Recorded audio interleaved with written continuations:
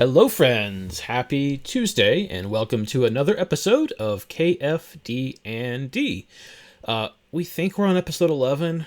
We're not really sure. We think 2 weeks ago was also episode 11, so it might be a perpetual episode 11, where it's always just episode 11, and episode 11 becomes like a running joke. Or we go back to 12 next time and renumber things on the video on demand you can catch on YouTube or sometimes on Twitch if you are so inclined to get caught up. So if you joined us last night, Jillian and I played Stardew Valley. We did a couch co-op split screen, kind of chilled on the couch with the dogs and played a little Stardew to relax.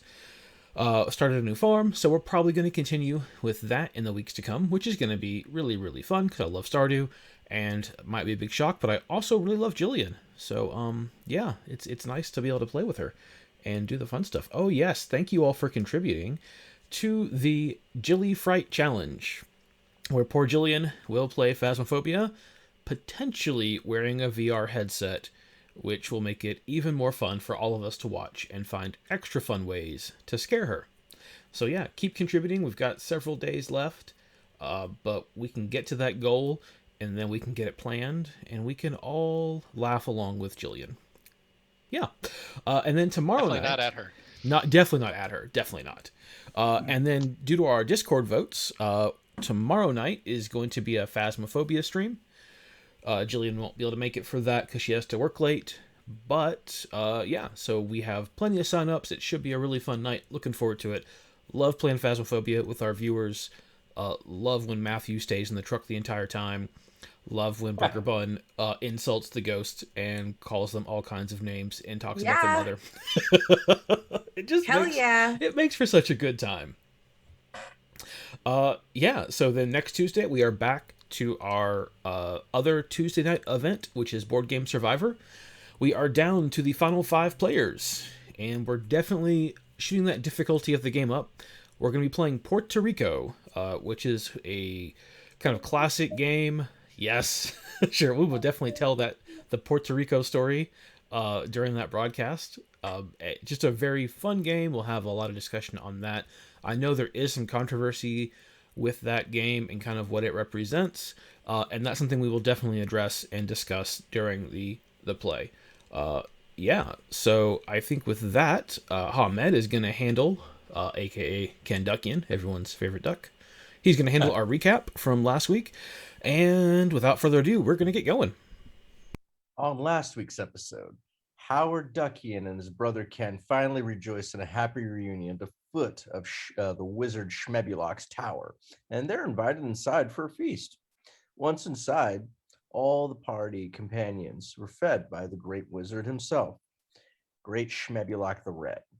After a quick bite and some aggressive flirting by Tam, it was time for business.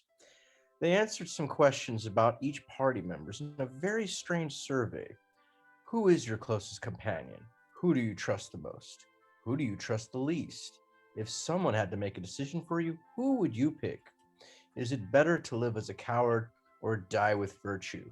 What are you not willing to sacrifice? What would you most want to see behind the giant locked door? Referring to the one we found very early in the series. The wizard Schmebulok then offered a way home and invited James and Chime through the portal. As it turns out, the way for Chime to get home was to sacrifice James. Chime flat out refused. She dropped the knife in the wizard handed her. But luckily, it was just a test. The blade was a fake. It was one of those retractable blades. Anyhow, Schmebulok then felt that the party was worth being trusted, so that Chime and James could have a moment to discuss what happened. Schmebulok granted Chime the ability of telepathy, which is now a permanent skill. She can communicate with any of her party members with her mind. James confessed that he was sincere about allowing Chime to sacrifice him in order for her to get home to her family. And Chime was furious at James for not thinking more highly of himself. Their friendship grew with a hug and they returned back through the portal. The wizard then propositioned the party with becoming their patron if they would take on an impossible task to defeat the god killer, Dragonbane himself. He is one of Schmebulok's original companions from back in the day, and he has become drunk with power that he gains from killing god avatars within this plane. Previously, they were tasked at destroying the dragons on this new continent, but that wasn't enough. This continent's special in that the celestial plane, the hell plane, and the dream planes are close to here, making it a material place for gods to frolic as avatars. So Dragon Bane intends to use the Asimar soul that he contracted from the hags to gain access to the city where the gods congregate and kill them all. Our quest is to stop them at all costs in exchange for accepting his patronage.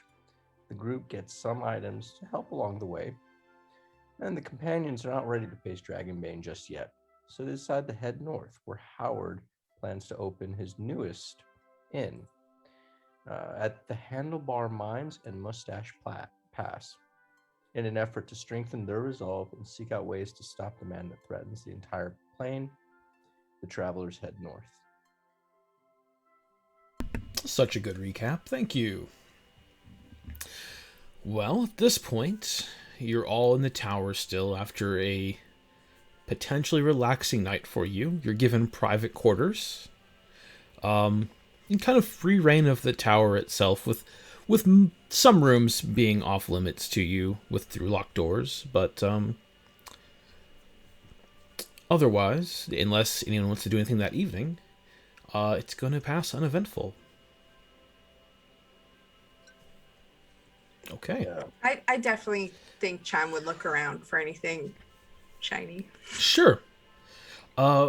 Where do you want to look? Honestly, any nooks and crannies, anywhere that she thinks that she's not gonna be easily discovered. Okay. Give me a stealth check followed by an investigation check. Okay. That's alright. So stealth. That's a 6, which is a nat 1. Okay. Ah, Go ahead and give me your investigation check. Great. That whoa. is a nat 20 for a Okay. total of 23. Okay. So you're in your head super stealthy. You have your brand new sandals of elven kind giving you advantage on your stealth rolls, and you're really getting to test them out. And as you pad your feet along these corridors and the twists and turns that somehow are in this tower, which at this point you've all realized is kind of an extraplanar dimension, just manifested itself on the material plane. You're kind of accidentally just stepping on every little thing that could make noise, accidentally ruffling through papers and looking as you search, and then suddenly next to you, Schmebulok just kind of appears, and gives you a curious look. Can I help you find something? Is there something you're looking for? No, I'm just looking. Oh, well, I was thinking that sometimes you'll need to communicate with me, and it takes a great deal of energy for me to find you and communicate. So, he hands you a blue stone with a series of runes engraved in it. I will keep this stone on me at all times, and as long as you're anywhere within this continent, you should be able to reach me. Just think of my name, and it'll alert me, and I'll do the same to you. And hand you this stone that, as you kind of hold it, feels unnaturally cold in your hand, and even kind of clutching it doesn't seem to warm up. Just was thinking, I put you through a lot, and I just want to show you that I trust you, and I don't know, I'm bad with words, but kind of Yeah, no shit. Worse than I am. no hard feelings, and extends a hand out to try to shake. I I mean, a little hard feelings. It's fair. But It's fair. Yeah, fair. I'll take that shake. It's fair. Well, Tam emerges from behind Nebula because Tam is now really pissed. God. Because Tam thought that, as per Tam's memory, we were going to hang out this evening together. we are Tam, but I felt bad what happened to Chime. But then Chime goes and interrupts us with her Sorry, he interrupted me. Okay, I don't know what this is about. You two and your time together. And I'm not really feeling this bluestone telepathy thing going on. It's for the whole group, Tam, so you all can get a hold of me. Why didn't you give me one? Tam, I think you're misunderstanding. I'm married. Yeah. I have a husband and child at home. Uh-huh. What is that? Honestly, some kind of all telestone? y'all non-birds are just gross to me. This is awkward. I'm gonna go back to my quarters, and you all can work this out. Okay. Yeah, Shmebulok is like... He's bad enough with words, just normal words. Conflict that does not involve him, he has no part in. Hey, Chime, is that some sort of telestone? It looks like a ring to me. Okay, I see. I feel like this is a Legally Blonde situation going on. She got the rock. Hey, Tam, you know I cannot resist shiny rocks. I was just out here. And you're married. Yes, and I have a literally. child. Yes, I literally am married, and yes, I literally have a child. Tam, And again, as I said before, all you non-bird folk are nasty to me. I'll take that as a compliment. Nasty. You're just an asshole, Ken. Hey, who's ready to hit the road? It's the middle of the night. Shmebulok just kind of pokes his head out. I would suggest you sleep. It's dangerous to go at night, and you have a long journey ahead of you. So Yeah, Tam. We have a long journey ahead of us. Leaving here. So Leaving Tam your weird nerd that I don't like and trying to make me kill my friend. Tam just glaring at you. This seems like the worst version of that stage show, Three's Company. Oh no.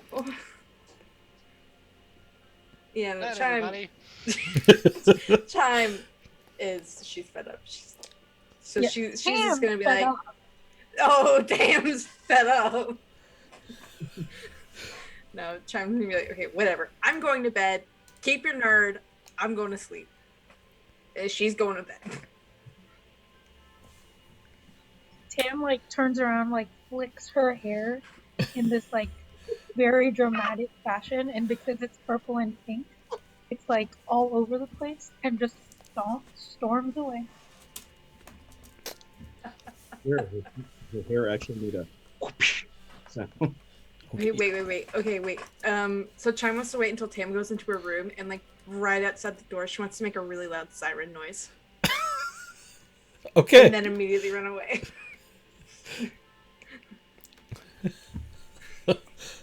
All right. So gonna look at Chime with very disapproval. I would think a siren would probably like the creature of the siren or like a fire engine. No, like a fire engine. Okay, well those don't really exist fully. They're probably like bells. A very loud bell. You got some bells going on. An alarm bell. Alarm bell happening, which just reverberates throughout this whole tower complex, and just everyone can hear it very clearly, even if they're trying to go to sleep, like they were asked to do. Which is fine. It's fine. It's fine. This is exactly how I thought this session would start, so just it's great. If I didn't know this group, I would believe you. Meanwhile, Kevin is sitting on his bed with his pillow over his head. With that, Oh no. The Howard's like, what the hell? Shut up! I'm trying to sleep. Howard, Jesus! shut the hell up! I'd kick you out of You my weren't inn. involved in this. They're like this all the time. I don't know what to do with them. How No, do we're you not. deal- She's a bitch anytime she gets around a band that she likes. Yeah, I said it. Tam is crafting a voodoo doll in her room. Hey, Hey, I don't have Howard. that kind of magical powers. Howard, question for you. Yeah. Are there any wine or spirits in here? Yeah, there's plenty back at the where he had the feast. You want to? Yeah. Hey, come with me. Let's grab a few bottles and take it to the girls. Wait, then they won't shut up ever. Maybe they'll pass out. Oh, that's a good idea.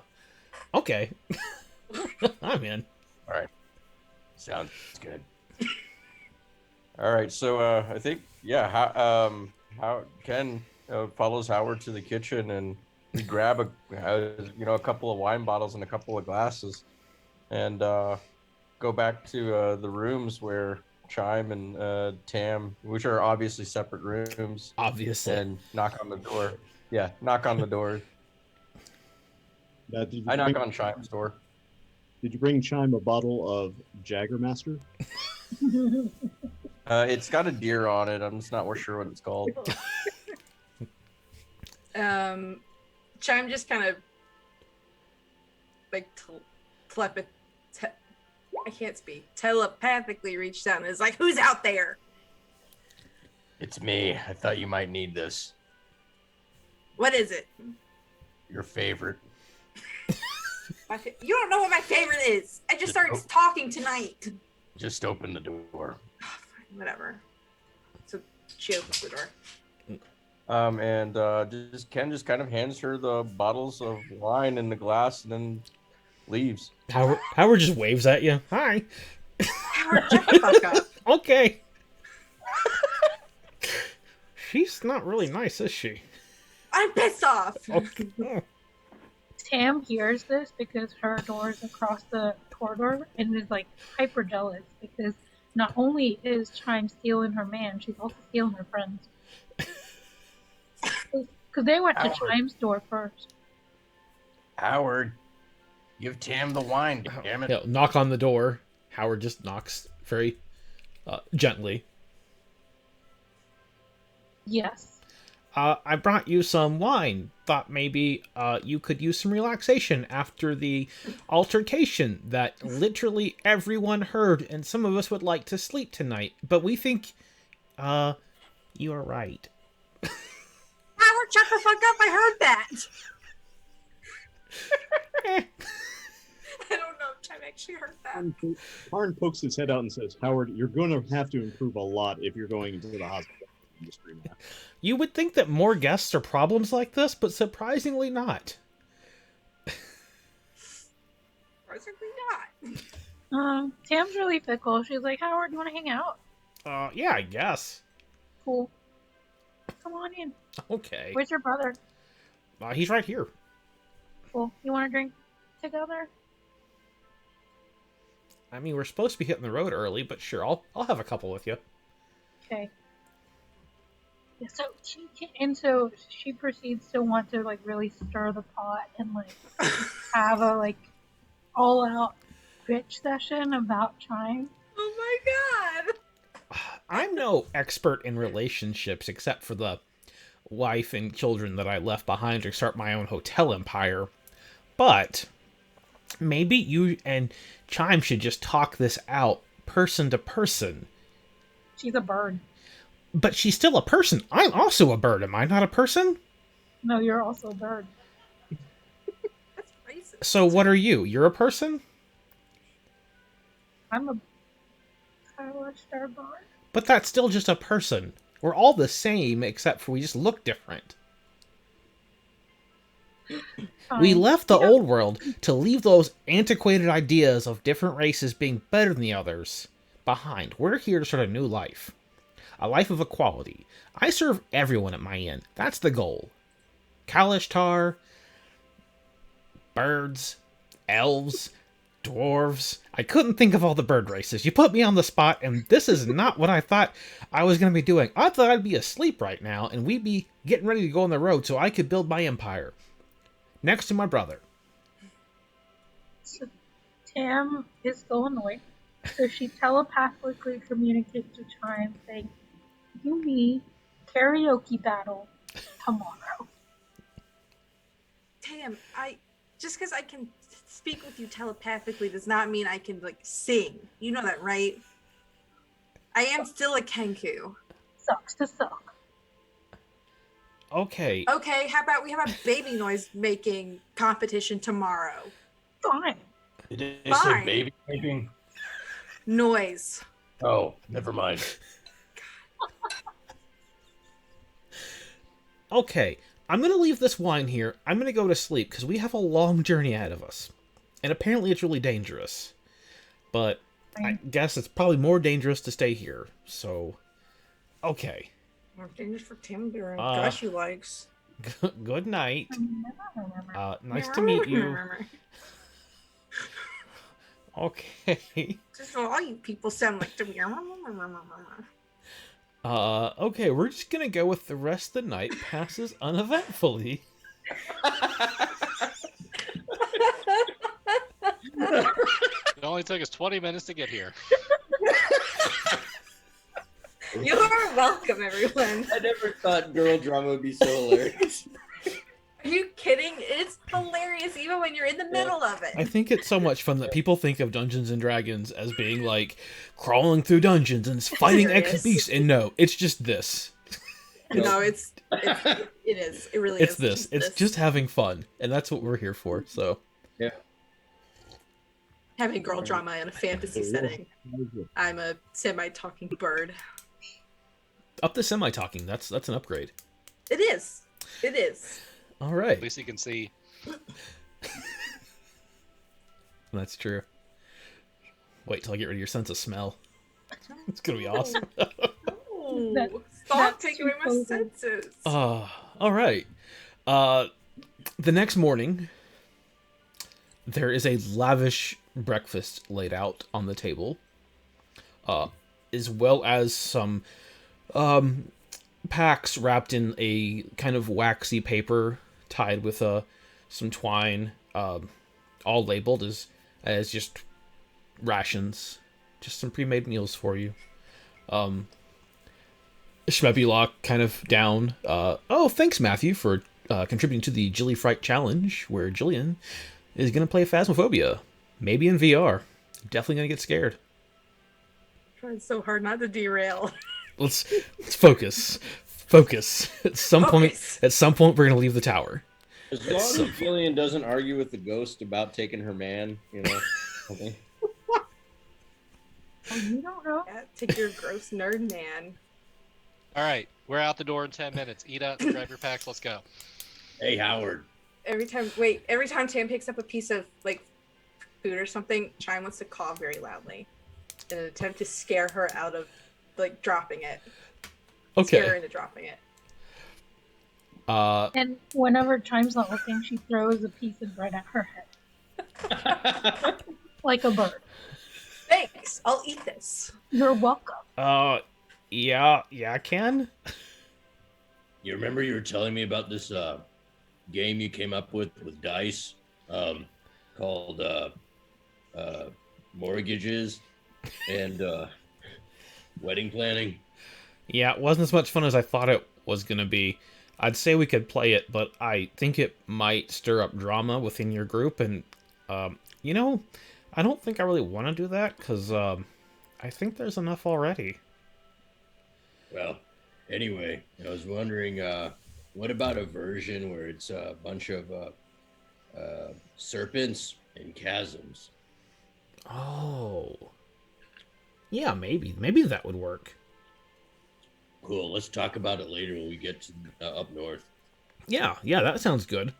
Okay, well, you're, oh, shoot, his name, James, I think? The guy with the horns? He said we're out in 10 minutes, so I'm gonna eat really quick and get some of these rations, and, yeah, I'm gonna get going. He's serious, and...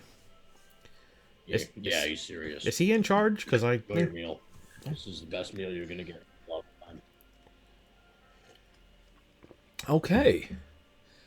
With that. No. As Chime Okay, good. Oh, as Chime no. reaches for rations, Tam just grabs the one that Chime wants. The pettiest shit. I love it. Okay, wait. So are you just snatching it from me and holding it in front of me? No, I just snatch it just before you touch it, so it's oh whoops, sorry, mine, and then just walks away. Okay, I'm not a child, so that's fine. I can eat anything. Okay. So just take what you want, and I'll take whatever's left. Okay then. Okay then. Meanwhile, Karn is just sitting at the door. It's like, go to the continent, they said. It'll be fun. Just sitting this is fine. Oh. All right.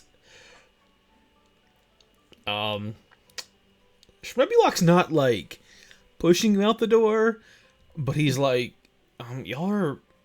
I mean, you're losing I am. daylight. Get the hell out. Come on, hit the Yeah, right. you're really stressing him out, Tam. Let's go. Now. Great first impression. And just so. Oh, Yeah, you know what? Never mind. Just, good luck. Thank you. We'll need it. I'll call you on the stone thingy. Please do. Please do, yes. You. Okay. I'll ask your opinion, Chime. Here, you can have the rock. I don't want your pity rock. On my pity rock, it's his pity rock. Okay. He's being Schmibulok. Schmebulok is, as you he's kind of scoots you out the door and, just shuts it behind you. It's just, Call if you need anything. you know what? Don't. I don't know how to say this, but I don't think we made the best first impression. Well, I sure did. I don't know what y'all were doing. Yeah, okay. Getting all anxious and nervous and gross and weird about your nerd I think boyfriend. it's this way. Let's go. Ah! Oh, look, a rail. Let's follow it. You know what? I think James should have the rock. No one wants your pity rock, Chime. James, do you want the rock? I don't care. Then have Sure. the rock. Okay. James, please, for the love of the gods, take the rock. I got the rock. Okay.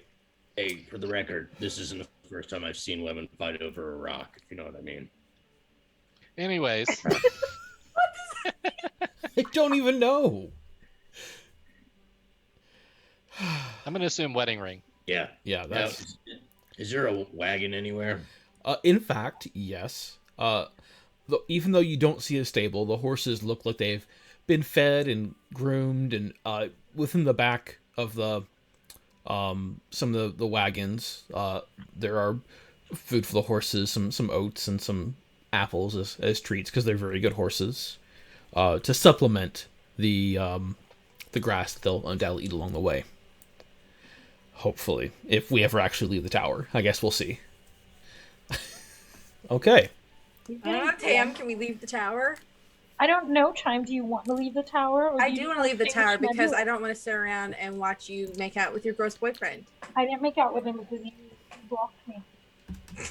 I didn't block you from anything. I'm married. Uh-huh. Uh-huh. Are there 2 wagons? Yes, actually, I believe there's a total of 3 wagons. They're all relatively, almost overloaded because you did get some items from a previous wagon, or previous 2 wagons, I believe, that you discovered that had been attacked and damaged. But those could not be salvaged, but you could get some of the materials out of them. Most of those are for Ken's soon to be burgeoning, not Ken, excuse me, Howard's burgeoning in empire that he is in the attempting to build, but is being interrupted by drama. This is fine. It's fine. It's fine. I'll make it.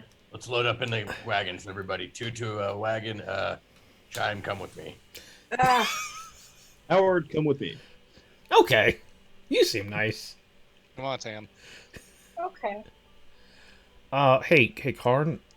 how do you deal with it? Do you have like earplugs, or do you drink a lot? I don't know what's happening. Uh, I I just slowly descend further and further into madness. That's Mm, really about it. it's fair. Okay. You're definitely not seeing us. Okay. All right. You have to see us at our worst either, but So as I've mentioned, this is a long and arduous journey. Luckily, there's sort of a trail.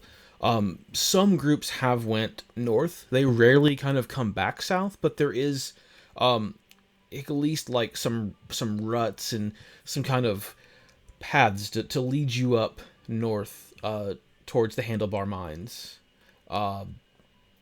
So, what will you be doing in the coming days? Tell me what skills you're going to be using to assist this journey and see if we can make it any faster. So I'm just going to prompt you, and you just tell me what skill you're going to use, and then you're going to roll for it and tell me what you get. And just as long as it's logically, like we're going to get kind of wild and crazy, like a logical skill.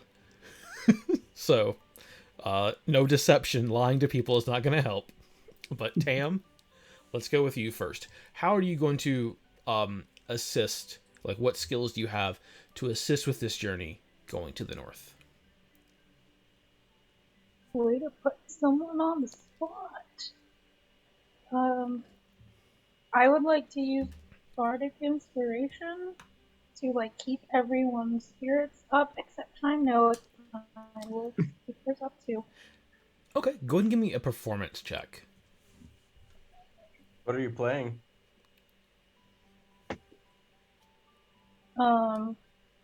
Something filled with anger and rage. Feel like it's a renditions of the popular band Crunching Melons as you journey to the north. That. Yes. Okay, how'd you I do? rolled a 13. Okay, so your angsty music, while it is kind of angry and really getting with your emotions, it is mostly kind of upbeat with a good driving bass line or something, and like kind of inspires people. And the horses pick up their pace; they don't seem to get tired as easily. The drivers seem to be doing really well, focused, and you're able to kind of keep the caravan going. James, what about you? What are you doing for the coming days? I would I would like to try and scout and like take a look at the tracks, at the road, at the weather, try and figure out like what the route as well. Maybe look for anything that can improve our speed or anything like that. Sure, go and give me a perception check. Since you're actively looking and actively, like, really not like investigating, but you're using your senses to look around and see. How does a Nice. natural 20 do? Oh, a natural 20 is very nice. So you're able to kind of see ahead any troubles that might occur on the road, like some rough spots, and able to steer them around it before your wagons take any damage. Even kind of looking and noticing the terrain, you're able to even maybe shave a whole day off where it kind of took a meandering bend around somewhere and you couldn't quite figure out why. And while it was a little off-road, it still seemed to work out for you. It was doing a magic show. That's cool. Karn, what are you doing to help with this? well, during this downtime, I'm actually going to be trying to practice a little more with this ASMR form that I have and actually get the hang of flying around and doing a little bit of scouting while I'm doing that too, since I'm the only one who can really fly. Okay. Go ahead and give me a perception check as well, as we have 2 scouts now.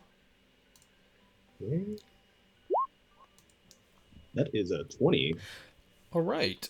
So Dirty 20, dirty I 20. assume, since you didn't say natural. Still works. Still a 20. So with your scouting, you actually notice an area that you believe is unpassable, and you'd have to backtrack. There's like a fork in the road, and you kind of fly ahead and notice that one way seemingly leads nowhere.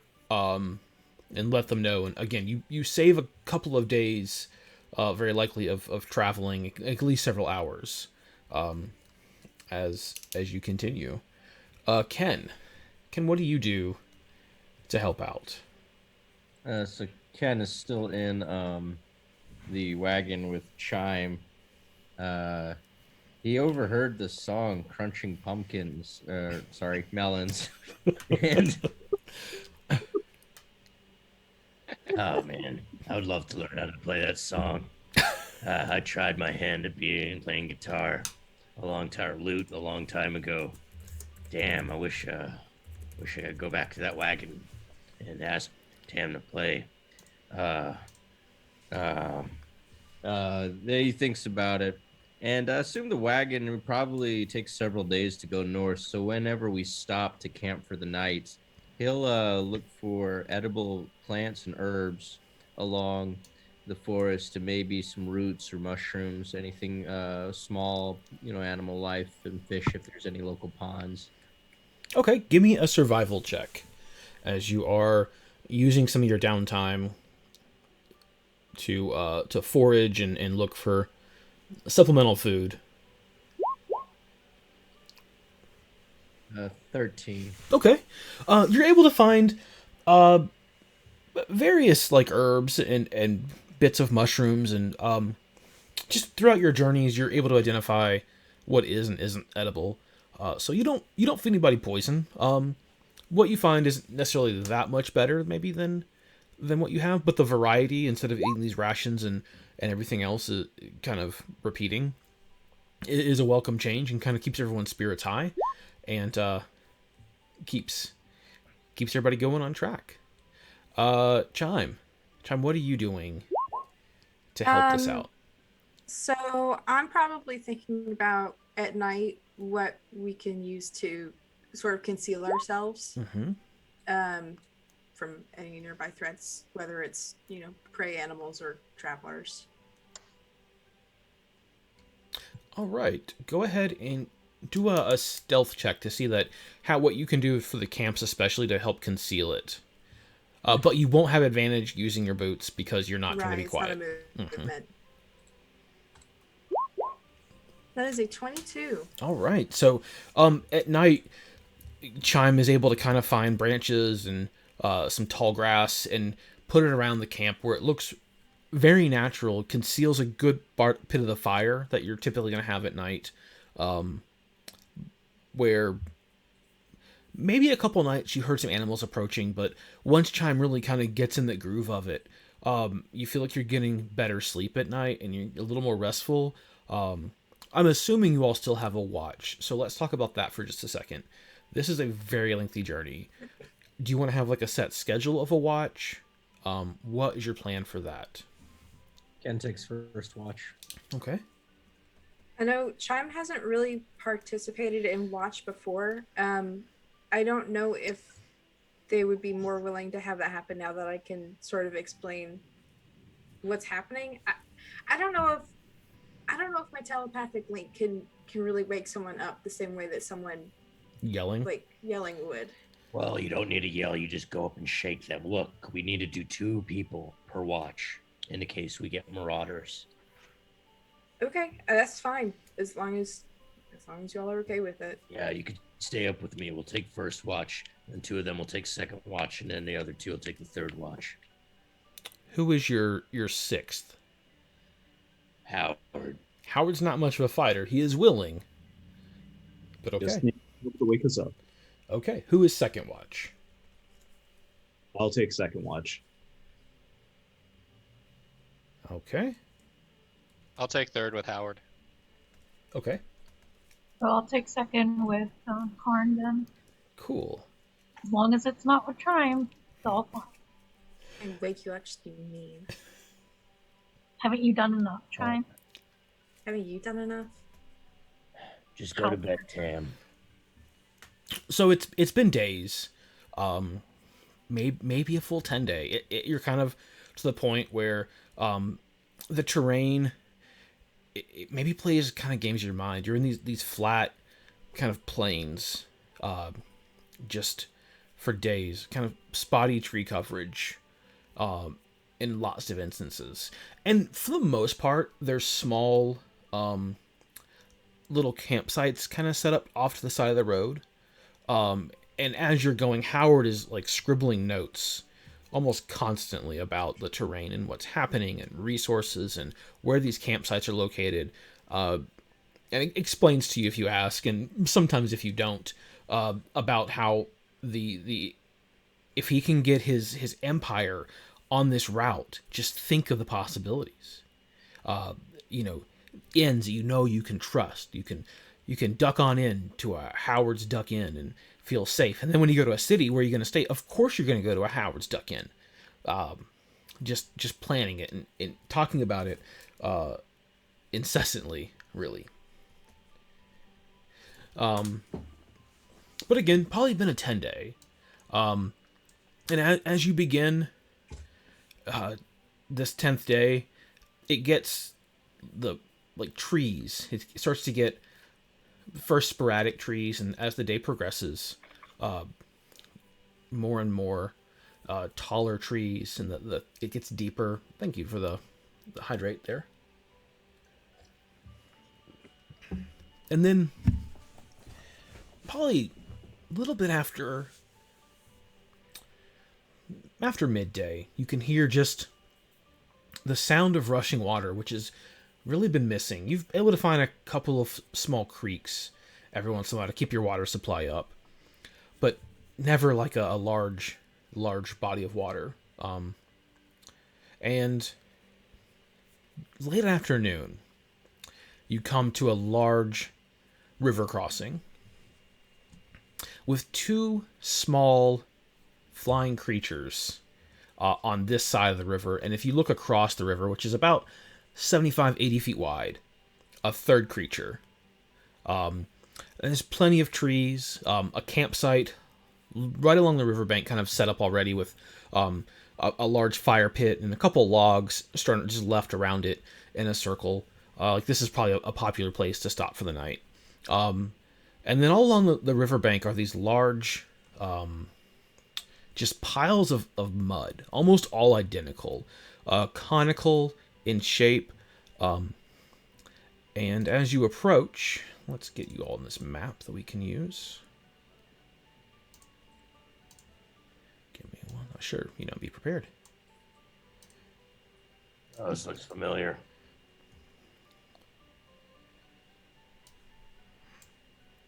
Thought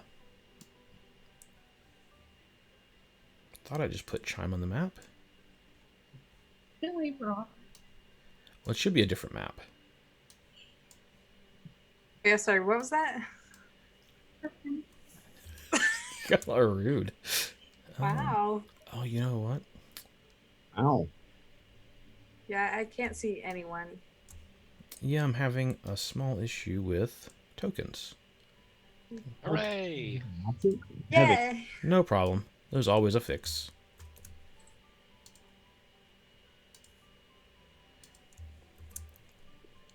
Hey! Hey! Hey. All right. So the caravan, the drivers of that, feeling a little timid towards these flying creatures kind of hanging out near the water, stop, and you're the hired help here. Howard stays back. He's again not a fighter at all. Says, can you all, check that out? Just see what's happening.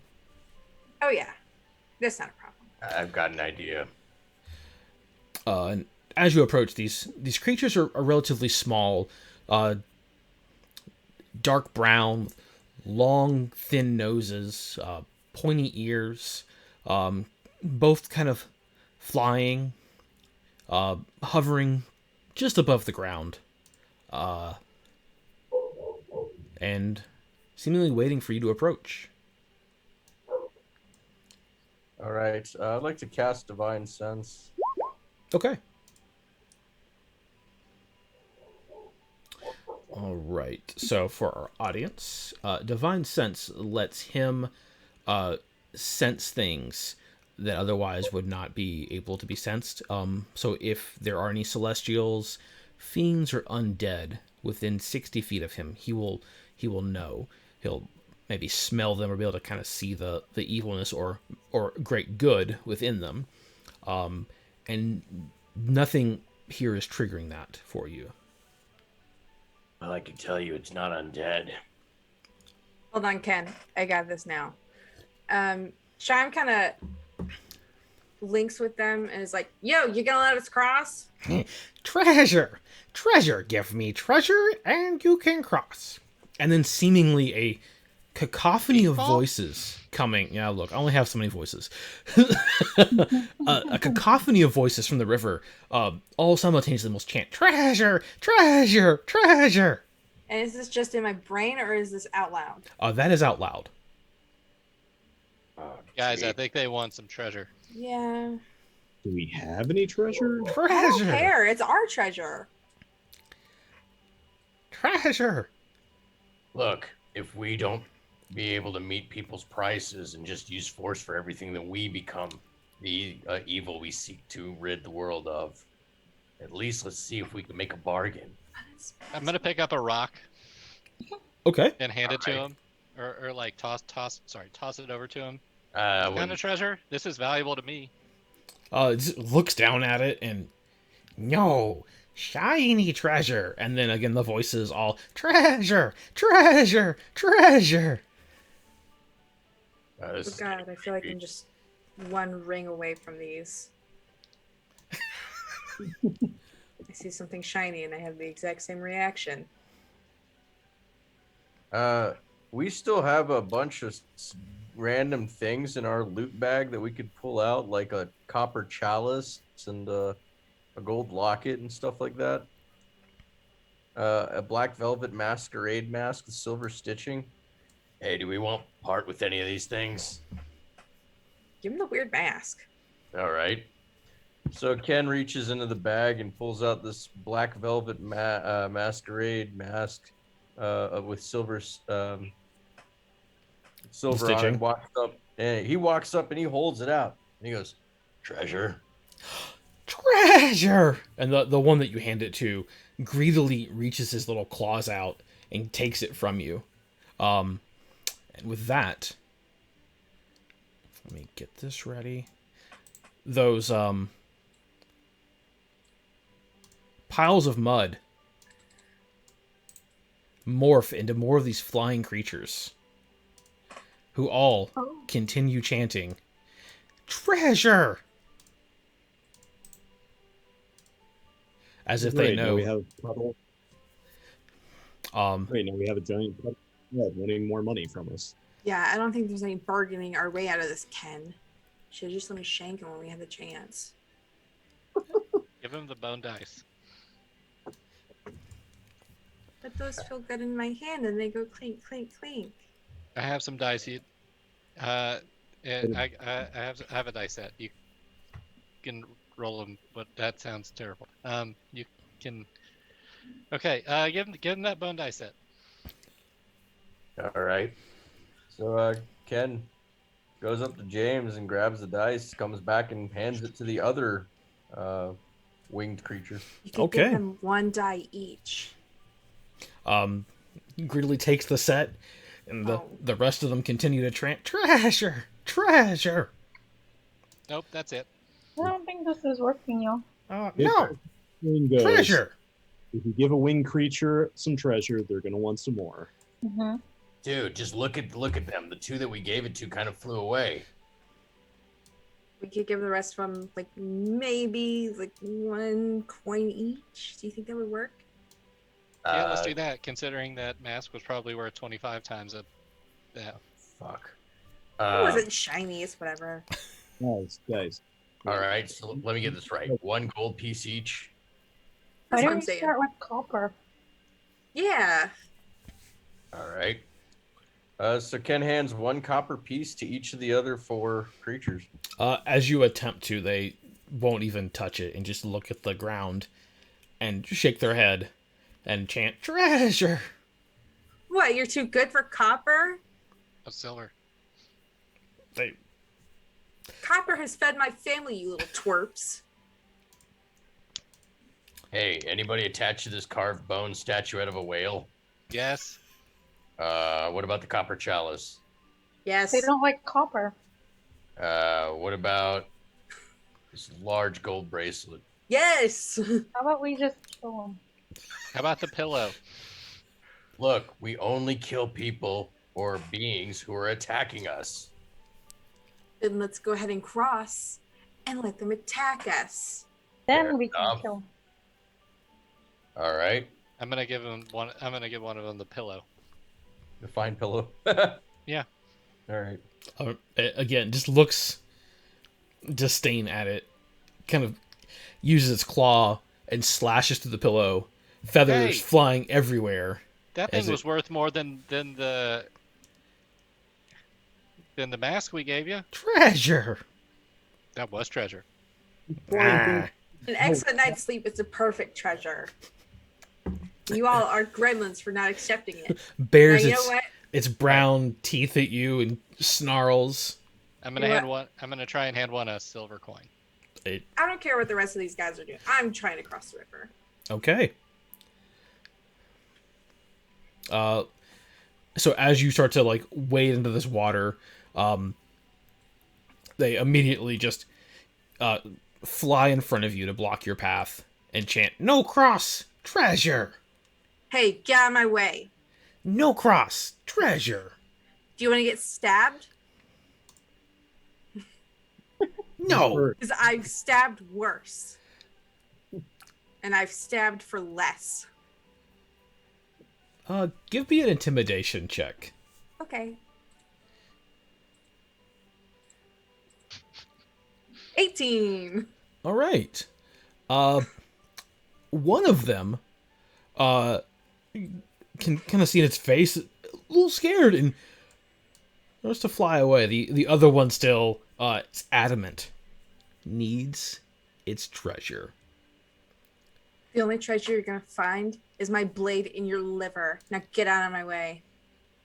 Kind of rears its claw back, ready to attack. So roll Well, initiative. this is so fun. I've never gotten to play with my prey like this. What was that? Wow. We got a 4.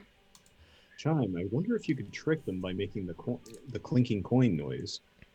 Hey, they need something in their hand. You know what? I'm fed up with them. I'm fed up with these little flying goblin things. I'm ready to pass. I'm ready to go. I've given up enough of what I like. All right, Karn, so you immediately recognize that the look on its face, the readied claws, as it means to do harm to one of your friends, and you are able to act first. All right. Well, I am going to move over to this particular creature. And I'm going to make a one-handed attack with my quarterstaff. All right. That is a 20. 20 hits. Roll damage. Gonna be 6 bludgeoning. Nice. All right. You kind of crush up against it. It does not look pleased at all. Still up, though. Okay, well, in that case, since I did... Since I just made a one-handed attack, being a monk, that means I can also go ahead and make an extra unarmed attack against it. Nice. And that's going to be a 17. 17 hits. Roll damage. 5 bludgeoning. All right. 2 quick hits on it. It's looking a little hurt, but still there, and a little pissed that you've been hitting it. But other than that, still there. Anything else? That's going to be it for now. All right, Tam, you are up next. So at this point, Tam's getting pissed for Chime because we're maybe still friends. Maybe. So she runs up and casts Shatter here between these two gremlins. All right. Can you go and cast that for me in the... Yes. And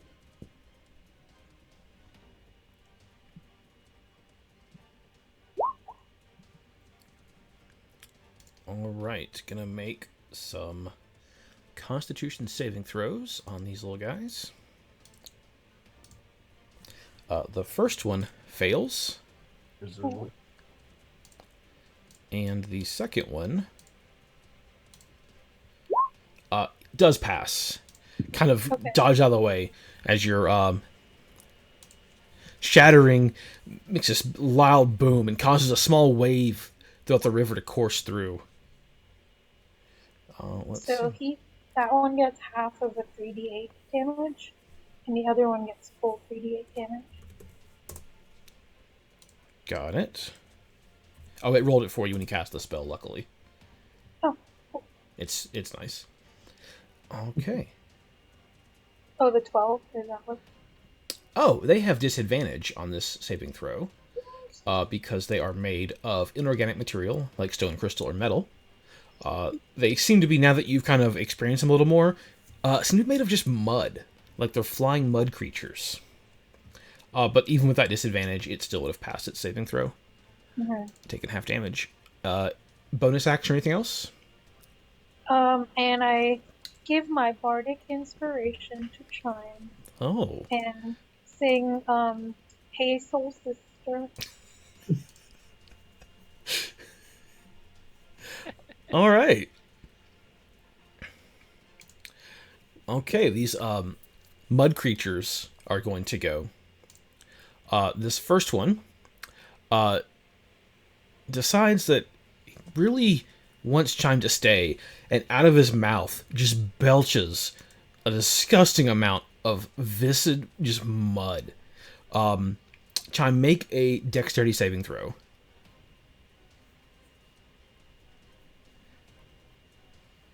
Is it 23? A 23 is good. So you're able to dodge out of the way of it, and there's just this large pile of mud where you were once standing, able to get out of the way of it. Yuck. The one that that took some damage from you before, Tam, is going to attack with claws. Or with his fists. Rolls a 10 to attack, which does not hit you. The two that got treasure seemingly want more treasure and turn back around. The first one's going to swipe it, or try to hit Chime. His fists. Gets a 7. Nah. I think we see where this is going today. The other one flies up and is going to attempt to hit Karn with a 17. Nice. That one's gonna hit. Did you say nice? Whose side are you on? 7 bludgeoning damage, Karn. Awkward. The damage sponge again.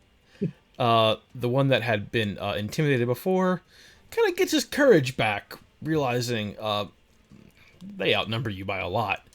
And comes up to Karn and is gonna once again just belch out a lot of mud. So I need you to make a dexterity saving throw there, Karn. Okay. 20. And you're able to see it coming out of his mouth and jump out of the way quickly. The last one is just gonna try to punch you with his little fists and gets a 21.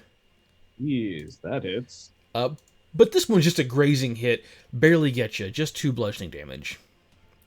Ow, my temple. Just a little baby fist. And the ones across the river start to fly towards you. All right, James, you're up. Oh, gods. All right. Let's see here. James, Well- you gonna join us? I can't make it to you guys with a single turn, so I'm gonna come up as far as I can. And I am just gonna pull up my crossbow and shoot. Which one are you aiming for? The one. Any of them look damaged? Yes, the one next to Karn and the one next to Chime both looked, and one over here next to Tam looks damaged. I feel like I have the best shot at this one, Sure. so I'm gonna shoot at that one. How's a 17 do? 17 hits, roll damage. 9 piercing. Bravo. This one goes right through his muddy chest, continues flying as the bolt, and it kind of jumps back for a second as the impact stuns it, and it's looking really rough at this point. Anything else? That's all I can do. All right. Chime, you are up. Okay. So Chime is going to, as promised, pull out her dagger, and let's see, it's the one on my left that's damaged? It is. Let me go and update health bar so you all can see it as we go. You were really soft there. I don't know if that's just me. Oh, I'll update health bars as we are going, so you should be able to see them all. Yeah, so she's gonna pull out her dagger. She's gonna try and shank that one. Alrighty. Let's see. I'm guessing I don't get sneak attack for that, do I? You do not. Nobody is within 5 feet of it. This is a 7 to hit, but I'm gonna use my bardic inspiration and add that on. This one D4, right? Or is it 1d6? 1d4. Tam has upgraded to D6 yet? Let me check. Sorry, give me a second. All good. D6. Yep, 36 now. That adds on 3, so that's a total of 10. A 10 does not hit. Okay. Well, in that case, she's gonna she's got the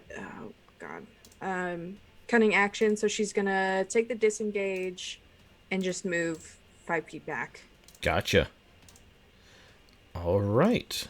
Ken, you're up next. Okay, if I run in between these two and continue running, will they get an attack of opportunity? So if you leave the area they threaten, yes, they would. So if you go to that square you just went into, and then you if you went to this square, then that one will not get the attack of opportunity, but this one would. If you went to this square, they both would get to attack you. Does that make sense? Yeah, it does. Okay, so Ken runs. Well, not as easy as I thought it would be, but I guess runs here, Okay. here, and here. Okay.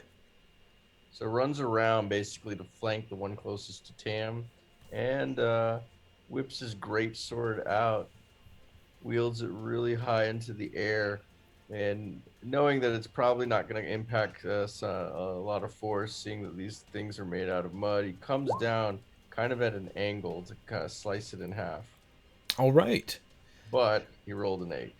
So. You have advantage for flanking. Okay. 22. 22 does hit. That's a relief.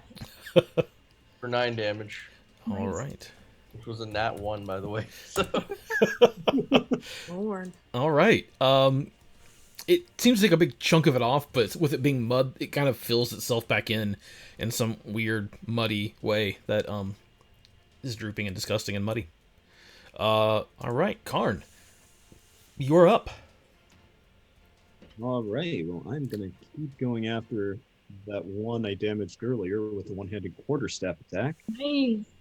That's going to be an 18. 18 hits. That's going to be 8 bludgeoning damage. All right, and that one you punch through it, and oh man, unfortunately, it explodes in a shower of mud. Go ahead and make another dexterity saving throw. Oh man. Oh shit. Well, at least I'll be able to hide. That's an 11. Oh, you can kind of feel some of the mud as it explodes up against you, but not quite enough to have its full effect as you just dodge out of the way at the last second. Noise. Is Nice. that the one I... Nice. Sorry, just making sure I don't delete the one I use for turn order. Okay, you have a bonus action still, right? Yeah, and with my bonus action, I am going to attack this one right in front of me with an unarmed attack. But that's an 8. An 8 does not hit. Well, in that case, I am done for the turn. All right. Tam, you're up. Okay, so Tam Use wants your to. elemental, What? use your elemental magic. I don't know what that means. Well, I wanted to use Bane, so leave me alone. I want to use Bane on these three. Wait, sorry. These three. Okay. Like the ones with the most health, basically. Gotcha. Can you go and cast that spell for me in roll 20, and we will... Yes, I can when it loads. Did it pass? No. So they're going to make No, it did saves. not. They are going to all make charisma saving throws, which you might not believe those, but creatures made out of mud are not really charismatic. So at least one fails. They're not charismatic because their name is Mud. Oh, It's an ancient tale from Primus the Wise that tells us that. Hey, there's a hairy mud that disagrees with you.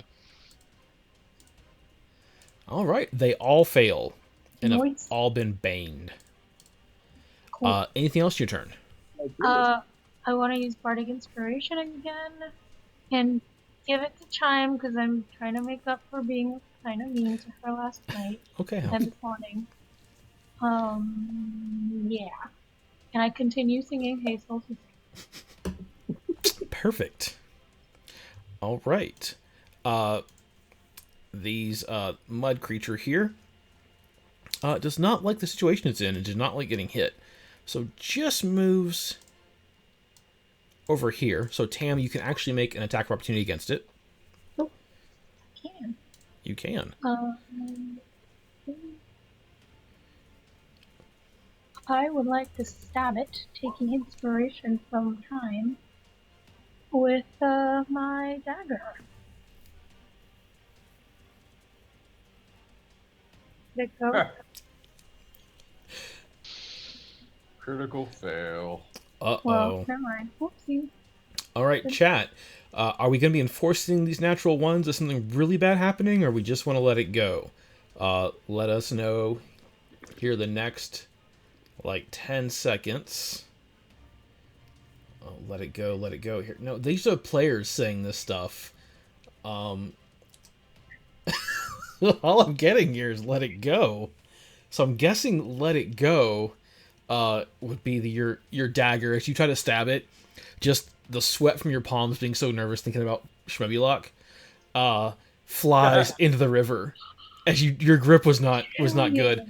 Flies and just bloop somewhere in this deep river that you're trying to cross at some point. No more dagger for you. Hashtag sorry, Well, not sorry. I was going to play my pan flute and play Let It Go, but Not now. in that case, And then on its turn, the mud creature is going to just try to actually no, he's going to blah his mud all over Ken. Ken, need you make a dexterity saving throw. God dang it. I usually play in the mud, but this is ridiculous. 15. All right, you've kind of seen it happen to others, and when he kind of makes that noise, you know it's about to. God. I am sorry for all dog owners. You know what's coming, and you're able to just jump out of the way before it completes its mud vomit. This method or mud creature, realizing that Tam is unarmed. We'll do that one last since Tam went away for a second. So, Chime, this one's going to try to just attack you with fists. Donald, something out to the rest of the party members real quick. Yes. Guys, now these things have a tendency to explode when you defeat them, so you might want to be careful with the one that has a knife inside of it now. Good heads up. That one tries to slash at you, and just completely misses, and actually like falls to the ground prone, doing its awfulness. We'll enforce the natural one both ways. Yeah. But Karn, with you being right there, both of them are going to attack you, realizing it doesn't want to try to move through you. First one gets a 6 minus. I rolled negative 1d4, huh? It still wasn't going to hit the AC. Come on. It's not. You have to roll that. The second one gets a 7. Again, too good. And the remainder continue to fly up, chanting, "Treasure!" Okay, James, you're up. All right. Completely ignoring Karn's words of wisdom, he's gonna run up, or he's gonna hop forward, while doing so, pull out his dagger and his hand crossbow, and attack with both of them at the same time. Oh, sweet. And in case you need proof, I can do that now. There it is. All right, so I'm gonna try and slash, and then follow it up with the crossbow, hand crossbow. So you dart. Crossbow bayonet. All right, so I feel with a 5, I assume I just like completely miss. Just miss. Yep. We're so close and to then losing another dagger to the river. Nope, it was not a 1. And then that hand crossbow is a 22. That hits. Yeah, roll damage. 3 piercing. All right. I look at my hands, not as effective as I thought it would be. and then throughout my next waiting, like, I'm gonna start getting my crossbow back out. Gotcha. All right, Chime, you're up. I'm gonna go for a real hard stab on the one that's prone right in front of me. Okay, you have advantage on this attack roll because it's prone. Here we go. That is a 17 to hit. 17 hits. That is a 7 piercing damage. Add your sneak attack because you have advantage on the roll. Oh, that's right. That's 2d6. That is an additional 9. All right. You put a serious hurting on it as it screams out, "Treasure!" With a dagger kind of piercing through its chest. It's still alive and just kind of screaming on the ground. Mud just flowing everywhere, but still up. Shut up, you little bitch. Anything else? Nah. Okay, Ken, you're up. All right, Ken just looks at the pathetic mud creature in front of him and shakes his damn head, lifts the massive greatsword in the air again, and this time he slashes in the opposite angle, trying to hit this time. 23, I assume, hits. 23 hits. Comes down with 10 slashing damage. Nice. All right, it's just kind of hanging on by little bits of mud, keeping it together. Flying just barely as one of its wings is starting to fall apart, and it's about to ooze. Anything else? Can you, like, kick it? Like as a bonus action? Yeah. Say you can, like, maybe try to... I mean, it's kind of a monk thing, so no. That would making monks less powerful. They have that as a bonus action to do the extra damage.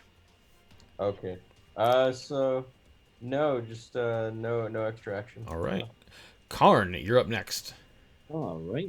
I am going to go ahead and make a one-handed quarterstaff attack against this one that James just damaged. All right. And that's going to be a 10. 10 does not hit. afraid you were going to say that. Yeah. Well, bonus action, I'm going to make an unarmed attack against him as well. And that's a 21 21 does hit. Weird. for 3 bludgeoning damage. All right. It ducked underneath your staff hit and right into your fist. Perfect. Much like everyone playing the original Mortal Kombat, I just uppercut until I hit something. And Or sweep. just- yeah, or a sweep kick. Tam, what are you gonna do?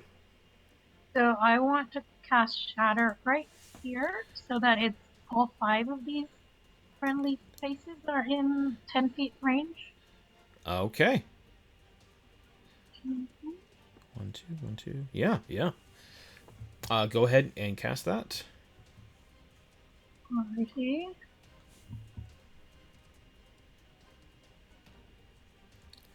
All right. Let me get the saving throws for them going. That is a Constitution saving throw, and they have disadvantage because they're made of inorganic mud. That one fails and takes 9 damage. This one fails because it's disadvantage and takes 9 damage. This is a good attack. Well played, Chime. It's not. Oh, sorry, Teo. I'm just gets a natural 1. So we're just gonna make him take double damage, just for funsies. Yay! You're just trying to cover up the misnaming there, aren't you? Ah, I wouldn't do that. I would totally do that. And last one. Yours. They all fail. I'll wow. take a significant amount of damage. Anything else? Your turn, Tam. I want to cast my last bardic inspiration and give it to Karn because that monk staff strike thing's not working for him today. He was doing really well earlier. And I want to play. The Eye of the Tiger. Oh, Okay. excellent. I am the tiger style. Yes. Igor, All right. That's it. A couple of these that just took damage and kind of see how this is going. Decide that treasure is maybe not worth it, and begin to fly away. At least those two do. That's Back right. tree. You run. That one also decides to fine. run. This one's a little braver, and hasn't taken damage yet, and is down. So 2 of them are going to attack Karn, and the third one's going to attack James on this side. An 18 that is going to hit. for 3 bludgeoning damage. All right. A 14, but that is not a real 14 because of Bane. So a 13. That's going to tie, so it hits. Oh, okay. For 5 bludgeoning damage. James, a not real 15. A 14. Still hits. For 3 bludgeoning damage. Chime, the one that's in front of you that's prone, kind of flaps its wings, is really struggling. Just kind of treasure, and puts his hands up and uses his action to disengage, and starts to fly away. Are Prone. you bitch? Oh, it's half its movement, so Okay. it only makes it that far. Not far at all. Thank you for that. Tam, this one's just gonna try to hit you. And just disoriented. Enforce it. Gets a natural 1, takes a big swing like a knockout punch, and just plop right in the ground. Roll the dice and pay the price. These guys suck. And this last one, realizing it's overmatched, just a sad treasure, and disengages and starts to fly off as well. I get an attack of opportunity. It disengages. Do you have Damn the? I think Ryan has a feat that would counteract that, where he would still get to attack. But Okay. all right, James, you're up. As I was starting to put my dagger away, I was like, no, this has to work. And I'm gonna use Rite of the Flame. So I will expend my single maledict point to inflame my dagger and attack with that. 17. 17 hits. All right, so it's this plus fire damage and that. Sorry, I forgot what the is 1d4.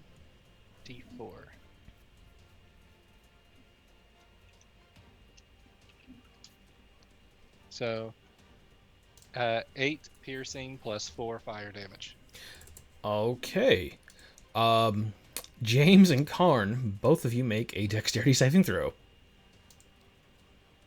Uh-oh. As you pierce through it, the flame. Nice. Natural 20. They both do backflips out of the way. just dodge this exploding creature like it's just not even there, like walking away and not even looking at the mud explosion like the badasses they are. Where did we get sunglasses in this fantasy? where like, as it's no more, exploding into mud. All right, anything else in your Would turn, you James? call it a puddle of mud? Yes, I would. Sorry, I've been holding on to that for like 30 minutes. Anything else on your turn, James? Okay, Chime. Chime is dropping that dagger and pulling out her short bow, and she's going after that little bastard. All right. She says, "I gave you a chance, and now you pay the price." So she has the steady aim, which gives her advantage. Does that also give her the sneak attack? Yes, if you have damage? advantage, you have Okay. sneak attack. Okay. So she's attacking with the short bow. That is Nice. a 25 nat 20. Okay. And that is 21. oh god. Yeah, you're right, 21. I can't do math.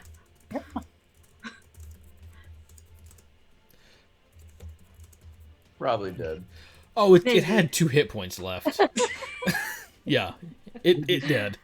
It's so dead. That puddle of mud is thinking, wow, she hates me. Oh no. Oh no. Can't let this continue. Chime, anything else? I have no movement. Okay. So no. All right, Ken, you're up. Ken runs to right about here and swings his great sword kind of laterally, horizontally across, with an attempt of trying to blow this thing out with a clean swipe. And it rolls a 25, You have advantage. 26. And so that's a nat 20. Yeah, we're I guess that's 15. So he's probably dead. Yeah, it's go. Both of you make a reflex saving throw. Dexterity, you mean? Oh yeah, dexterity. Thank you. 9. D&D, not Pathfinder. Thank. 21. At this point, after all the momentum you put into that swing, you're unable to avoid the mud, and you are now just covered in this super heavy mud, and you are immobilized currently. Do I kind of fall over into the water? If you want to, sure. All right. Kentucky falls backwards into the water. Completely covered in mud, almost like unrecognizable. What plus side, you have advantage against perception checks by predators. What was that? You now have advantage over perception checks by predators. Oh yeah, I'm well now in hidden. camouflage. But no, by virtue of being in the water, I think the mud will kind of wear off after a while. So After a while, Does he Karn. look like a mud creature and that we will attack now? He does Good have. luck. He's a little bit bigger. Okay. Karn, you're up. All right, I am going to attack the mud creature right in front of me. Old-fashioned quarterstaff attack. That's an 18 That hits. In the balls. for 3 bludgeoning damage. All right. Set the balls. I don't think it has balls. But just in case, I did make a nat 20 on my unarmed bonus actions, right? All right, kick him in the balls. I don't care. Roll. That's going to be 6 additional bludgeoning damage. So, I love D&D. I feel like you've went sessions and sessions without any nat 20s, and tonight you're just like rolling them like crazy. Boy. Yeah, it's a new Roll20 update. I feel like I'm Praise RNGesus. since the last 11-ish episodes. Karn, anything else? No, that's going to be it for now. All right. Tam, you are up. Okay, so Tam wants to attack this fella Okay. with her light bow. Okay. Thanks for Like the hydrate. And a oopsie. And that one. Do I lose my crossbow too? So your crossbow just you fire and it jams, and it's gonna take a little bit of work to get it fixed. Yeah, I took that. And I'm out of all my bardic inspirations, so that's all for me. All right. The last 2 mud creatures kind of glance around, realize their friends are scattering, yell out a defiant treasure, and both use the disengage action to fly away. Karn, since you have I think it's the Sentinel feat, I do. So, you can attack one of them with an attack of opportunity. okay. I'm going to attack the one that's already damaged then. All right. And so would that just be any attack? It would likely be your quarterstaff, but it's up to you. It's any single melee attack. All right, let's go for a 2-handed. Oh, staff. smart. That'd be a 16. 16 hits. That's 9 bludgeoning damage. Give it a good Joey Votto swing and a good crack against the mud, kind of sending it on its way a little faster, kind of limping and off to the side in the air. One of its wings damaged, and whenever it's tilted, I can't think of the word of it right now. Flying away. The rest of them, who have already been retreating, continue to retreat And stay out. across and down the river, up the river, and across the river. Do you all feel the need to engage anymore, or are you good? Oh, I'm trying to I try and attack the shoot one that one. was in front of Chime because I think it might have some treasure on it still. No, I Okay. killed the one that was in front of me. Or The one that was in front of most of the ones that took the treasure from you to begin with. In the combat, you can kind of see the mask floating in the river, starting to go down as one of them dropped it. The dice set, no idea where it went to. Which one has Tam's dagger stuck in it? Tam's dagger's at the bottom of this river somewhere. Oh. Yeah, yeah. All right. Do you want to go and take a shot at that one? yeah, Go ahead. 23. 23 hits. It is dead. I want to. I'm also wants to try and shoot one. Go ahead and just roll a d4. Should D4. Okay. Yep. This is for the whole party. Okay. As they begin to fly away, they're relatively slow creatures being made of solid mud. Those with ranged weapons are able to just pick them off. You kill 4 more of them. And only 2 end up escaping your wrath. How's that? We'll speed that part up a little bit. They don't really offer any resistance, and some of those bows have a pretty significant range. All right. I'm gonna go check on Ken, see if he is able to float above water. Ken's doing all right, but I'm fine, man. he's I love able to playing get the the. Okay. You want to go look for Tam's dagger and maybe some of the other, like the bone dice set. See if you can find it. Yeah, I'll take care of that if you start the fire and get the camp ready. Got it. On it. All right. Tam goes to Karn and asks if he needs any healing. Yeah, I could stand to be healed a little bit. Thank you. Cool.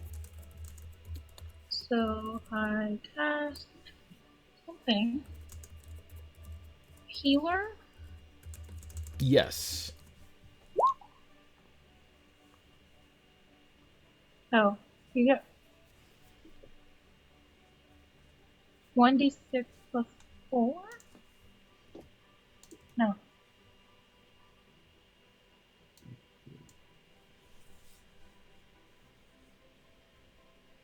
Can I use my... Wait. You can. Yeah, you'll have a healer's kit. You're able to kind of patch him up. A couple of the scratches and bruises, you're able to apply ointments to, and some bandages. And Ken, give me an investigation check as you kind of search the river bottom for your dice and Tam's dagger. I got a 1. Can you find it and drop it back? He... I find a boot and a can of beer and a corpse. You're down there searching just diligently, and people kind of standing out, like, where is he? And it gets to the point where you're like, oh, I'm running out of air, and you searching just so diligently, and you just surface, taking a huge breath, and like, oh, but you're fine. There's a big boot in my mouth. It's gross. It's just it. Meanwhile, since I got hit by one of the mud creatures, I'm just sitting there furiously scrubbing my robes in the river. Won't come out. Karn, hop in, man. The water's great. No. What you need is some baking soda.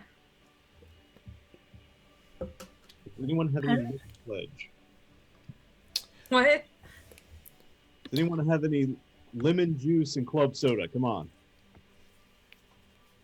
Well, I mean, you can always look. It's fine. Life gives you lemons. At least it Get gave the you stain something. It's okay. The stain will come out, promise. Hey, I'm gonna go down in here and try to look again. Okay. This check will be with disadvantage as the waters continue to rush, and at this point, you just have no idea where things are. All right. So it looks deep. Is there a way to cross here?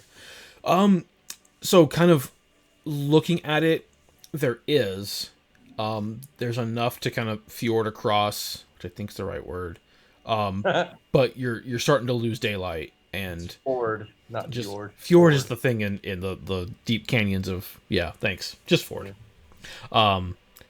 You'll your caravan drivers don't really recommend it. Like, they should wait till morning till we have better light. All right.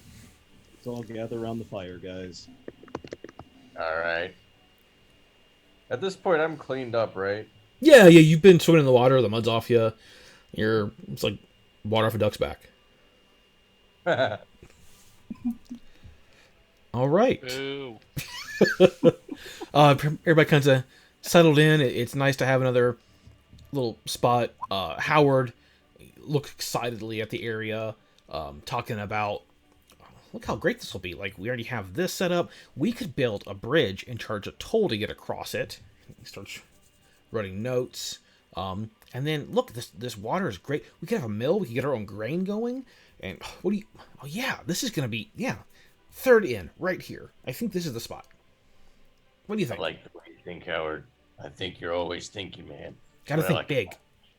You gotta think big. Legacies don't build themselves.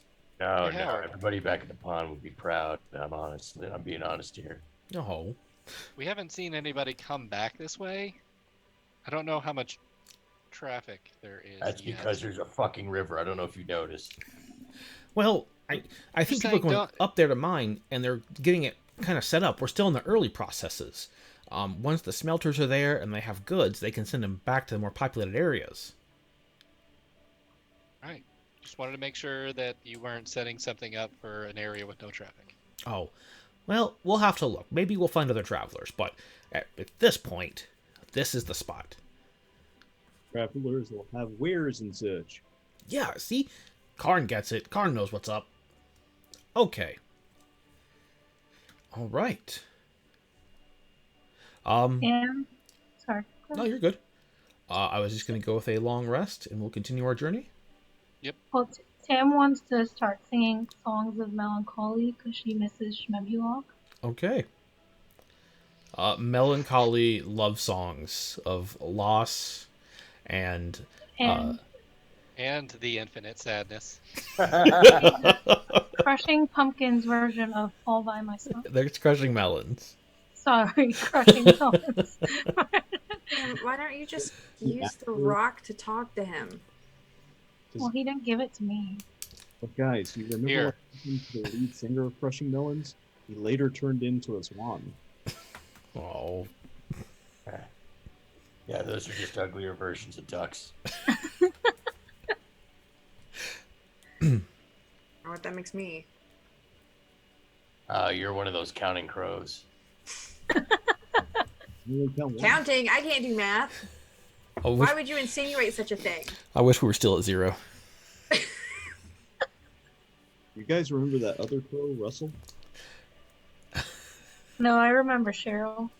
All right. Sleep time. All right. That was like 6 puns in a row. Bravo. Jeez. All right. Pond on the side of the road. This one looks kind of rusted. The night itself, while full of laughter and sad songs, but and then apparently terrible jokes, passes rather uneventfully. But the next morning, fording the river is in front of you, and it's going to require some skill checks. So once again, someone is going to have to handle these horses to keep them calm and to give them the right path. The drivers are more concerned with handling that driving on top, but someone will need to walk next to them throughout. And they have decided that's going to be one of you, because that's what they decided. So which one of you is going to lead the horses? I'll do it. I can swim. Okay.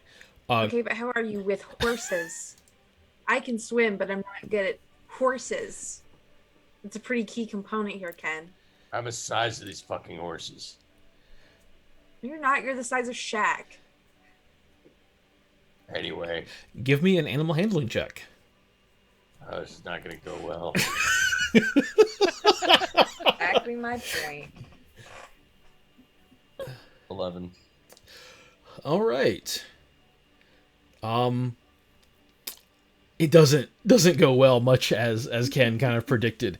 The horses are reluctant to go into this water. Luckily, disaster does not fall. But after Ken gets the first horse across, the drivers are like, Ken, you just stay over there. How about one of the other people? They try this next wagon, and if that goes better, we'll kind of discuss it. So, would one of you like to try this? Stuck at animals, not me. I'll give it a- Surprisingly, being a giant crow does I not can't. set animals at ease. I I'll, can't. I'll give it a try since this river seems to be Ken's arch enemy. All right, Karn, go ahead and animal handling check. That's a 5. Karn somehow fares even worse and pulls on it, and the horse just absolutely not. Does not, for whatever reason, does not trust Karn. does not move forward. The drivers just shake their head. And have any of you, just curious here, have any of you ever handled animals before, or like know what a horse is? Is that no? I'll I've do it. Do we look that stupid? Well, you don't, but the results are kind of Okay. What? Animals like music. I play music. Let's get together now. okay. Win. Okay, Tam, go ahead and give us an animal handling. 22.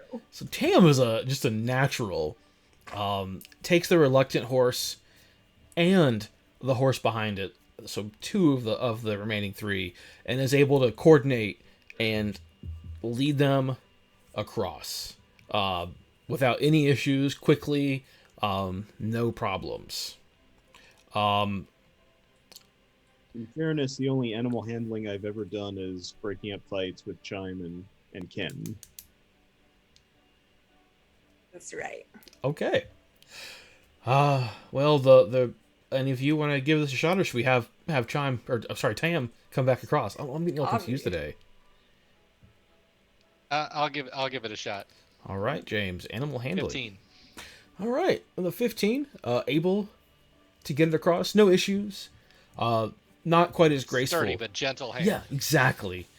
And you're able to make all four horses across. And maybe not the best time doing it. At this point, it kind of took you the entire morning to make it across, but there you are across. And your journey continues on. For again, probably another 10 days. Very little happening along the way. And towards the end of those 10 days, just in the distance, you see them. You see these mountains. They're tall, jagged, snow-capped, far in the distance, just along the horizon. And the area around you begins to get hilly, which kind of slows your journey down as the horses don't like going uphill and don't go a whole lot faster downhill. And before you make camp one evening, you notice the campsite is set up next to a large hill, almost like almost a plateau on top, with three sides of it basically being sheer cliffs. The fourth side a very steep climb still, and the camp is set away from that fourth side, so you're kind of camped next to the sheer cliff, which provides some relief from the wind that's been picking up throughout this journey, and as you edge closer towards this mountain range. I'm gonna go see what I can see up there. Okay. You want to go around the side, or you want to try to climb the sheer side? I'm gonna go around the back way. Okay. And at this point, you're kind of settling in, making camp, and off goes James. Anyone else have any special things they want to do before making camp? I mean, Chime is a Kenku. She likes high up places, so she's definitely willing to go cliff climbing. Just gonna go right up the cliff, see what happens. Okay. Yeah. Give me athletics. Okay.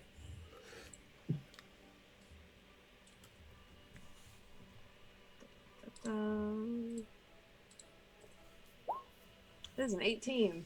All right. You start climbing, and you're making really good progress, but it's a lot taller than you thought, and you don't have any climbing gear. You're probably halfway up, and it's maybe even like a third of the way up, and you're about 30 feet up at this point. How confident are you feeling as your arms are starting to ache, your legs are getting tired?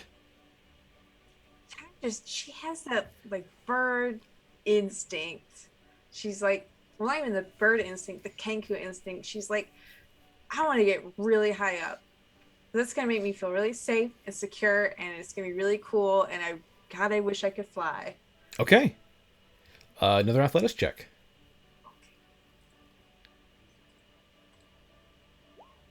Am starts to play I Believe I Can Fly. to encourage Chime. All right. You start to climb, and you make it maybe 5 feet, and your arms are just getting incredibly tired. There's barely anywhere to grip. You look up, see there's still a long way up. At least, I know I just said it's probably about 90 feet tall in total. You might think they're 5, so you're looking at another like 55 feet of climbing, and you begin to get these doubts of, can I do it? I'm tired. I don't see handholds. I don't see anywhere to go. So if you continue to go up, it's going to be at disadvantage. How far does Misty Step go? Because I have that stored in my ring. That is a great question that I didn't think it would be used for this. 30 feet that you can see. Okay. So I just have to make it another 25 feet. Well, you can't see the top is the issue, because it's like this plateau where it's like a almost sheer cliff. Can I do it to the very edge of the cliff and then climb up from there? You could do 30 feet up directly if you wanted to. So yeah, if you make it another 25 feet, you could do 30 to the very edge. I'm gonna try and hit that last 25. Okay, roll an athletics. Chime was a stupid check bird. with disadvantage. Y'all don't understand. Okay. It's a 3. Okay, you start to climb, and as you grip a rock and start to pull yourself up, that rock gives way, and you start to just slide down. So you probably lose about 15 feet, and you don't fall to the ground, but you're down significantly. And yeah, you actually made negative progress as that rock slips, and you're able to catch yourself, but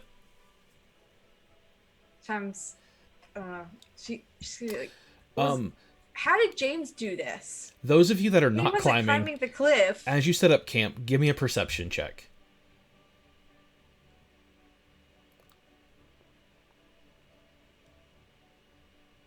I got a 6. Cool. I got a 21. I'm doing smart bird things. Wait, not Nat, but just the regular one.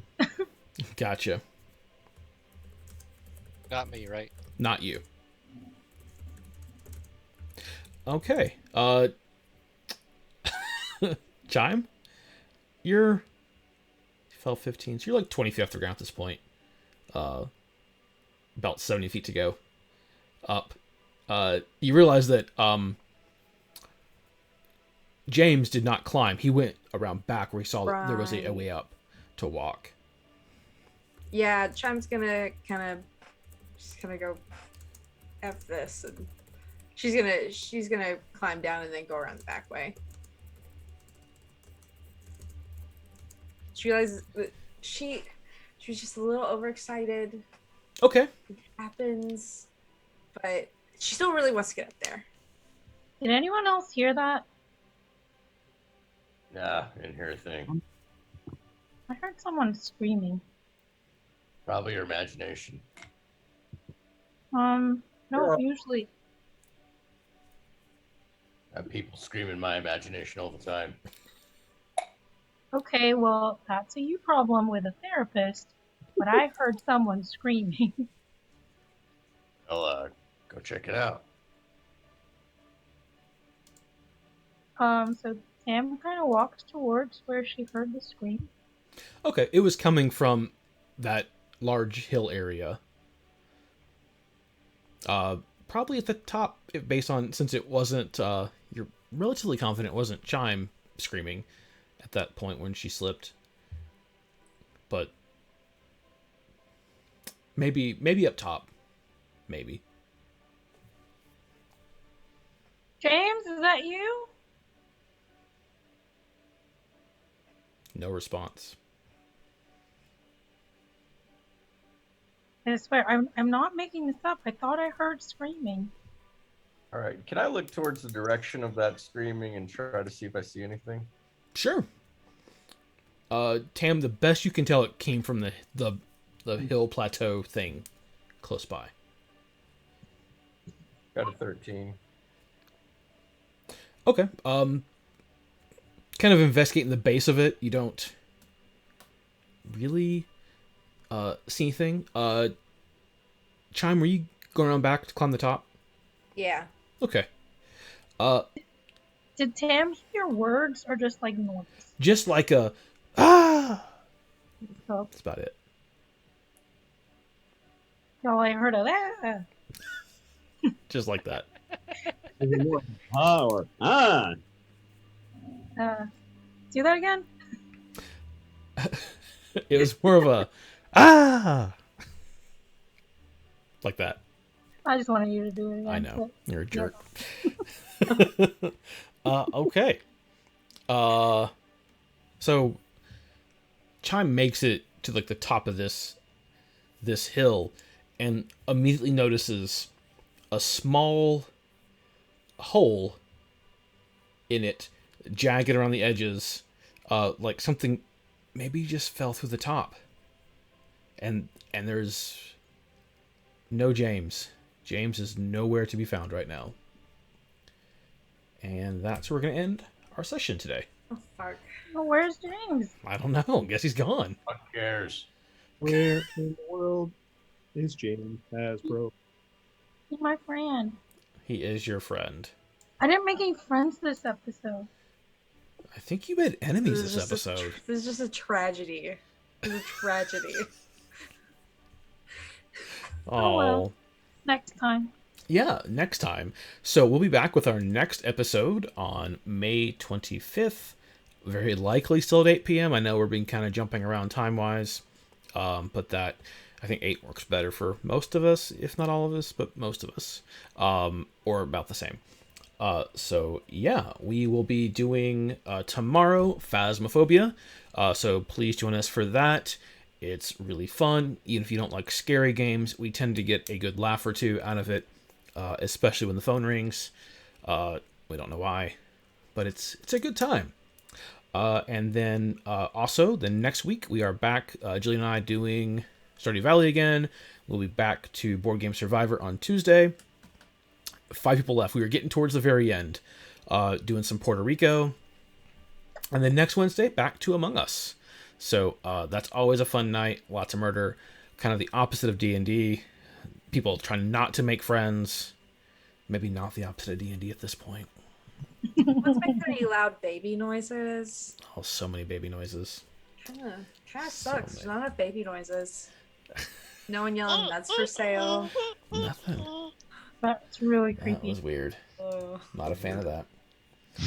Not a fan at First all. you Hasbro, now you don't. Yeah. Okay, so we're going to end our stream by rating someone. Let's go rate Brambeard. We like Brambeard. Everybody likes Brambeard, right? Redbeard's awesome.